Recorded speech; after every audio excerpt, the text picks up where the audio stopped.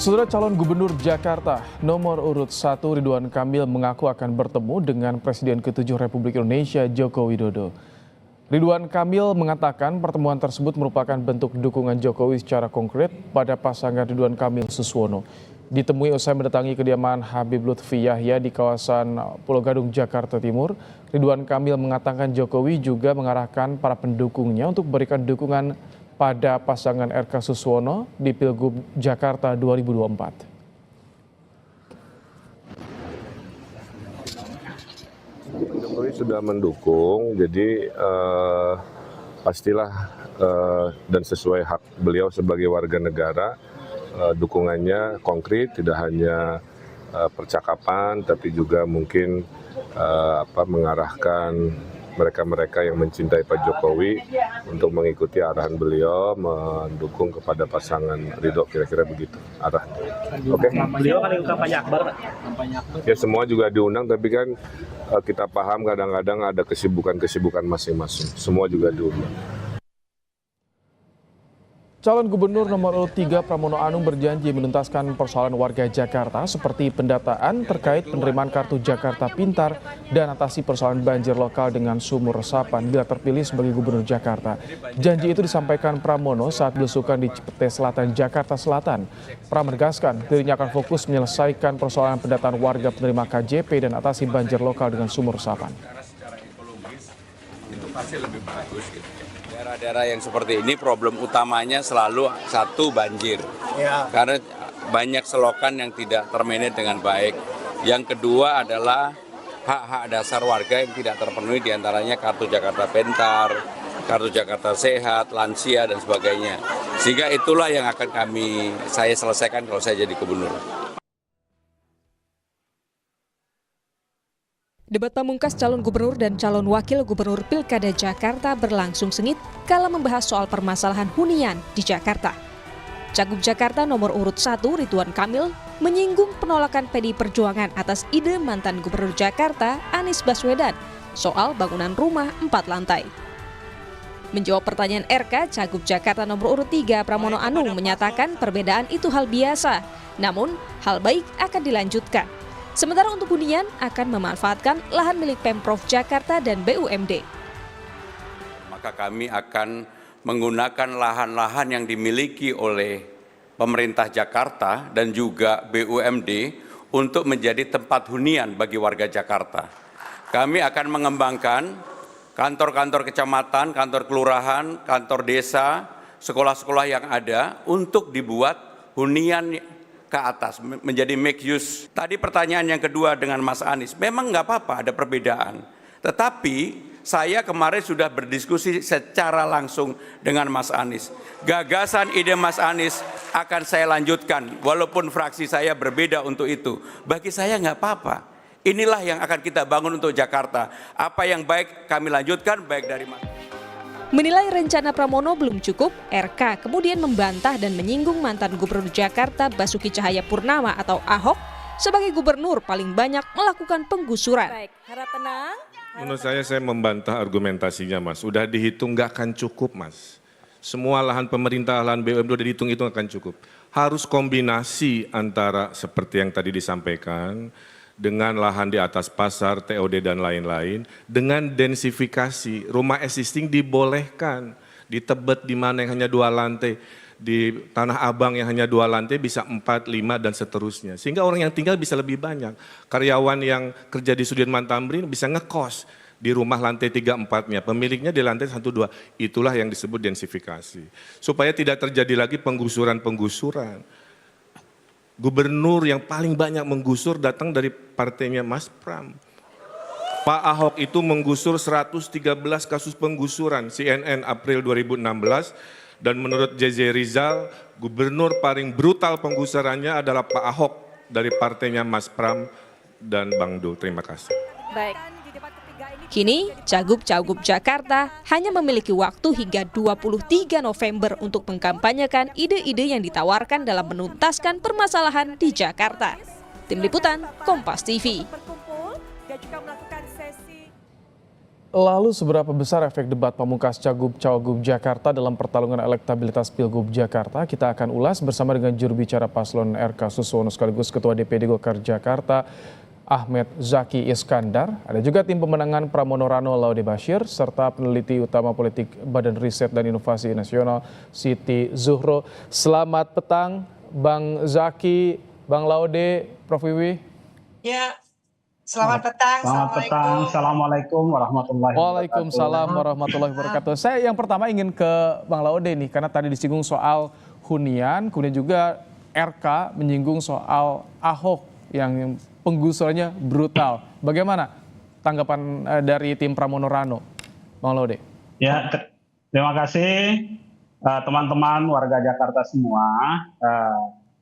Saya masuk di dalam tim Pramono Rano ini, Mas Pram, Bang Dul ini di akhir September dan secara resmi itu baru di awal Oktober 2024 ini. Awalnya saya adalah tim di Mas Anies, jubirnya Mas Anies dan koordinator relawan di Mas Anies. Tentu kemudian ketika mau masuk ke komunitas tim baru, kita ada diskusi tentang kesepakatan ide dan gagasan. Salah satu yang membuat saya harus bersama Mas Pram dan Bang Dul itu adalah komitmen keberpihakan terhadap masyarakat. 2 poin yang kita angkat waktu itu ketika di awal diskusi sebagai komitmen kami dengan Mas Pram dan Bang Dul adalah 1, tidak ada penggusuran. Kedua adalah penataan kampung-kampung. Mengapa? Saya ini adalah warga Jakarta yang aslinya dari Indonesia Timur. Kami banyak mendiami wilayah Jakarta Utara. Dan kebetulan keluarga besar saya terkena dampak penggusuran pada masa lalu, kan gitu ya. Sehingga saya dan teman-teman kemudian dengan komitmen itu pada permasalahan keberlanjutan pembangunan yang dilaksanakan oleh Mas Anies, terutama terkait dengan penataan kampung-kampung, ada 30-an lebih kampung kumuh miskin di wilayah Jakarta. Kemudian terkait dengan tidak ada penggusuran, kemudian contoh kasus misalkan pada penataan kampung Bayam, kita bersepakat pada poin itu dengan Mas Pram dan Bang Dul. Sehingga apapun kemudian yang terjadi pada cerita masa lalu itu tidak menjadi konsen saya. Ya, kami sangat konsen memikirkan pada kelanjutan ke depannya. Itu yang menjadi poin-poin kesepakatan. Dan kami percaya itu, kami yakini itu bahwa ada perbedaan misalkan dengan DPRD, ya, kami juga meyakini bahwa salah satu keberuntungan Mas Anies kenapa membangun dan banyak memberikan dampak positif terhadap masyarakat adalah begitu kritisnya DPRD saat itu, ya. Sehingga saat ini kalau kami lihat ketika Mas Pram Bang Dul menang nanti, ya, kan ada partai yang cukup banyak komunitasnya ini karena yang semalam disinggung adalah bagaimana ketika perbedaan yang dikedepankan oleh Ridwan Kamil. Bang Zaki, jadi ketika menyebutkan nama Ahok dan juga menyinggung soal adanya perbedaan, penolakan, itu seolah menjadi amunisi yang disiapkan oleh tim RK Suswono. Ya, jadi sebetulnya begini, data-data itu kan ada semua dan valid ya terkait dengan proses transformasi Jakarta dari gubernur yang satu ke gubernur yang lainnya. Jadi di sana itu memang kita menggunakan data-data dalam rangka merangkai kemudian merencanakan apa sih ke depan ini yang perlu kita tata. Apalagi semalam itu temanya adalah tata kelola ruang dan juga wilayah di Jakarta salah satunya. Jadi memang data-data mengatakan bahwa pada saat periode Pak Ahok itu ya memang banyak sekali dilakukan program penggusuran. Nah makanya kita ke depan tidak ada penggusuran, yang ada penataan justru, penataan kembali dengan berbagai macam tadi program. Ada rumah susun, kemudian juga ada rumah yang bertingkat, yang layak huni. Tentu saja kita juga nanti akan melihat ketersediaan lahan, baik itu yang ada di sepadan sungai, kemudian juga lahan-lahan yang lainnya. Termasuk lahan-lahan yang nanti ditinggalkan oleh kementerian, maupun lahan-lahan yang memang sudah dimiliki oleh Pemprov DKI maupun oleh BUMD DKI. Itu semua yang akan dimanfaatkan. Oke, Prof. Wiwi, dengan melihat adu argumen yang terjadi semalam bicara soal pemanfaatan lahan, Ahok penggusuran. Bagaimana Anda membaca ini yang bisa diterima publik? Publik menanggapinya seperti apa nanti? Ya, tentunya menurut saya ini bagus ya, adu program gitu ya, dengan tentunya sebelum starting point-nya kan mengevaluasi apa yang menjadi kebijakan Pemprov DKI Jakarta 10 atau 15 tahun yang lalu, 10 tahun yang lalu dan sebagainya tadi itu. Maka ketika dikomparasikan dengan mengacu pada kepemimpinan gitu ya, kepala daerah seperti Pak Ahok, seperti Pak Anies tadi itu, ini yang standingnya untuk dikuatkan bahwa saya akan mengambil satu kebijakan yang seperti ini. Jadi tidak menggusur tapi menata kan gitu, menata ulang. Dengan menggunakan tentu karena konteksnya beda, yaitu peluang-peluang lahan yang kemungkinan banyak ditinggal karena ibu kotanya pindah ke Kalimantan Timur, itu satu contoh. Nah, ini yang dibutuhkan tentunya oleh pasangan Ridho untuk mendobrak satu kebijakan-kebijakan baru yang ini kan pilkada debatnya pamungkas, maka kesempatan itu ingin dikulminasikan dengan memperkenalkan gitu, mengintroduksi satu kebijakan-kebijakan baru yang nantinya berdampak terhadap elektoral. Nah, di sisi lain tentunya dalam hal ini memang yang berhadapan langsung itu adalah paslon 1 dan 3. Maka yang 3 juga mencoba mengevaluasi gitu ya, dan mengatakan bahwa sekarang sudah ada tambahan amunisi dukungan dari Abah Anies kan itu ya.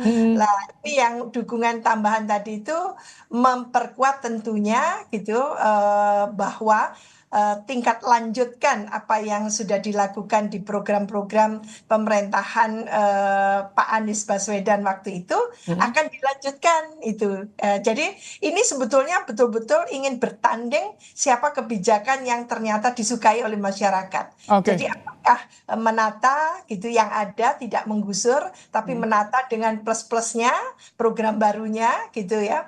Karena Mas Ridwan Kamil ini kan ahli tata ruang gitu ya, seorang arsitek kan gitu. Nah, ini yang juga diungguli oleh Mas Pramono Anung gitu dalam hal ini ingin mengatakan bahwa programnya akan dilanjutkan karena Anies dianggap berhasil. Nah, selain materi debat juga yang disorot tadi, ada tokoh yang dikaitkan soal klaim dukungan dari tokoh. Bicara soal dukungan Anies, bagaimana dari tim Pramono Rano, Bang Laude? Apakah nanti akan ada terbuka, Anies declare secara terbuka mendukung Pramono Rano? Kapan itu rencananya? Ya, saya ini aslinya sebagai saya katakan tadi, sejak 2016 itu adalah asabikunal awalun, timnya Mas Anies kan gitu ya. Berlanjut kemudian ketika Mas Anies calon presiden pun kami juga tidak bergeser, tetap asabikunal awalun juga yang mendeklarasikan untuk mendukung Mas Anies maju di kontestasi presiden yang pada akhirnya berpasangan dengan Caimin dari PKB. Nah, ini sudah jelas. Kemudian bersama saya di gerbong-gerbong awal itu misalkan ada Bang Ding Benyamin, ada Bang Haji Guru Tirta Lunggana. Kemudian belakangan pasca adanya kunjungan Mas Pram dan Bang Dul ke rumah Mas Anies itu sangat banyak sekali teman-teman di ring satunya Mas Anies, sebutlah Bang Sahring, Bang Geis, Mbak Tata, bahkan semuanya tadi malam tampil di belakang Mas Pram. Jadi saya ingin menyampaikan kepada seluruh warga Jakarta, tanda-tanda apa lagi yang belum jelas ya. Sudah sangat jelas bahwa dukungan Mas Anies itu kami all out bersama Mas Pram dan Bang Dul. Kalaupun masih ada 1-2 dari teman-teman yang itu, ya itu permasalahan kedalaman informasi untuk memperoleh bagaimana dalamnya informasi dari tanda-tanda Mas Anies sebenarnya. Baik, saya juga ingin tanya kepada tim RK Susono, kapan soal rencana pertemuan dengan Presiden ke-7 Jokowi, Bang Zaki, seperti apa nanti agendanya? Mungkin dalam waktu dekat akan ada pertemuan lagi karena kan ini masih di masa kampanye. Tapi poin penting adalah kami dari tim Ridho atau Bang RK dan Pak Suswono ini memang memiliki misi untuk kemudian menyelaraskan program-program pembangunan dari pemerintah pusat yang ada di Jakarta dengan program pembangunan Pemprov Jakarta. Nah, ini penting sekali. Karena apa? Karena dengan program yang berkelanjutan, linear, dengan pemerintah pusat, seluruh pembangunan di Jakarta ini akan berjalan pastinya akan lebih cepat lagi nantinya. Apalagi ya kita tahu kebijakan mengenai RT RW ataupun rencana tata ruang tata wilayah ini kan juga mengikat ataupun terikat kepada beberapa kementerian. Semalam sempat dibahas masalah aglomerasi dan lain sebagainya. Nah, tentu saja ini menjadi perhatian penting bagi kita untuk menginformasikan kepada masyarakat di Jakarta semuanya bahwa programnya Ridwan Kamil dan Pak Suswono ini sejalan linear dengan program pemerintah pusat. Oke. Dalam artian masalah-masalah mengenai macet, banjir, kemudian hunian yang berimbang dan layak, tata ruang, kemudian ruang terbuka hijau, ini sangat penting sekali. Apalagi kalau kita bersama-sama bekerja dengan pemerintah pusat. Ya. Oke. Jadi sekali lagi, rencana tata ruang tata wilayah ini tidak terlepas dari pemerintah pusat juga. Baik. Belum lagi aset-aset pemerintah pusat yang bisa kita pakai nantinya di Jakarta untuk Oke. memaksimalkan janji-janji politik. Saya ingin tanggapan dari Prof. Wiwi ketika ada narasi RK Suswono bertemu dengan Presiden ke-7 Jokowi, kemudian juga tadi Pramono Rano mengunjungi Anies. Ada narasi keterkaitan tokoh ini pengaruhnya bagaimana pada elektoral nantinya, Prof. Wiwi? Iya, ini menarik sekali ya. Kalau kita tengok pilkada terakhir ya di DKI Jakarta itu tahun 2017 ya. Waktu itu yang berkompetisi langsung itu antara Ahok dan Anies kan gitu.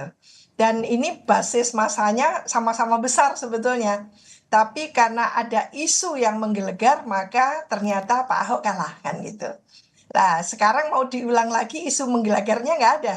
Isu SARA tidak ada, kita happy tentunya karena tidak ada politisasi identitas atau SARA untuk di DKI Jakarta meskipun paslonnya ada yang secara SARA bisa dilakukan, tapi alhamdulillah berarti ada kematangan dalam hal ini gitu ya. Tapi kalau kita tengok bagaimana tracing back gitu ya ke Pilkada 2017 menunjukkan bahwa sebetulnya apakah besarnya jumlah partai tadi itu akan berkorelasi positif terhadap terdongkraknya elektoral dari paslon kan ternyata tidak kan gitu. Jadi partainya tidak besar tapi menang Anies kan gitu. Oke. Itu satu contoh gitu ya. Oke. Sama Pak Jokowi dulu waktu Pilpres juga nggak besar partainya tapi menang kan gitu. Baik. Nah, jadi artinya apa ketokohan lah. Sekarang sama-sama meminta dukungan. Sebetulnya ceruk dukungan yang real yang besar itu apakah ada di Pak Jokowi atau di Pak Anies? Itu yang ditunggu ya. Lah, Oke. ya, ini menarik ya menurut saya. Jadi masih tidak bisa digaransikan bahwa dukungan Oke. Pak Jokowi Kami akan tangkap. memenangkan atau dukungan Anies memenangkan. Ini Jangan debat. lupa juga ada Pak Prabowo di sana. Oke. Debat Saya sudah nggak usai dan kini memenangkan saatnya para jadi paslon presiden. bertemu dengan warga tentunya menggali Ya. mencari dukungan lebih banyak lagi kesempatan terakhir nih. Terima kasih Bang Zaki, Bang Laude, Ya, Prof. Wiwi terima kasih telah semuanya. bergabung di Kompas Petang sore hari ini.